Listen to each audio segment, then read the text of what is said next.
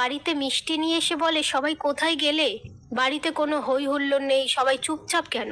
কমলিনী বলে, তোমার কি মাথাটা খারাপ হয়ে গেছে?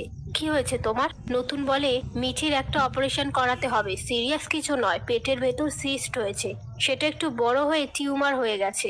আমি ইনস্টিটিউট থেকে ফেরার পথে ডক্টরের সাথে কনসাল্ট করে বাড়িতে এলাম। এ কথা শুনে সবাই একটু রিলিফ পায়। সেই মুহূর্তে কৃষাণু সেখানে আসলে মিঠি কৃষাণুকে জড়িয়ে ধরে। কৃষাণু বলে, কি হয়েছে মিঠি?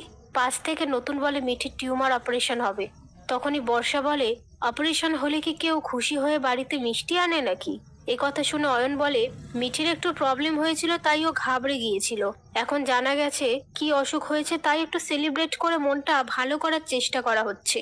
তুমি সবসময় একদিকে কেন পড়ে থাকো বলো তো? তার মধ্যে কৃষাণু বলে, মিঠির অপারেশন হচ্ছে, এ তো চিন্তার বিষয়। নতুন বলে, কেন? তুমি তো ডাক্তার, তুমি তো সবটা দেখে নেবে। কৃষাণু বলে, আপনারা তো আমাকে ভরসা করেননি, তার জন্য অন্য ডাক্তার দেখিয়েছেন। নতুন বলে, তুমি যদি মনে করো অন্য ডাক্তার দিয়েও মিঠিকে দেখাতে পারো। আর কমলিনীকে বলে, আজ আমরা বাইরে ডিনারে যাব, তুমি তোমার বাপের বাড়ির সবাইকে ডাকতে পারো।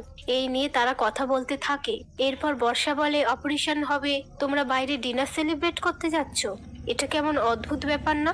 তখনই অয়ন বর্ষাকে কথা শোনায়। পাশ থেকে মিঠিলও বলে, মিঠির কি প্রবলেম হয়েছিল সেটা নিয়ে তুমি তো সারাক্ষণ মাথা ঘামিয়ে যাচ্ছিলে, আড়াল থেকে আমাদের কথা শোনারও চেষ্টা করেছিলে।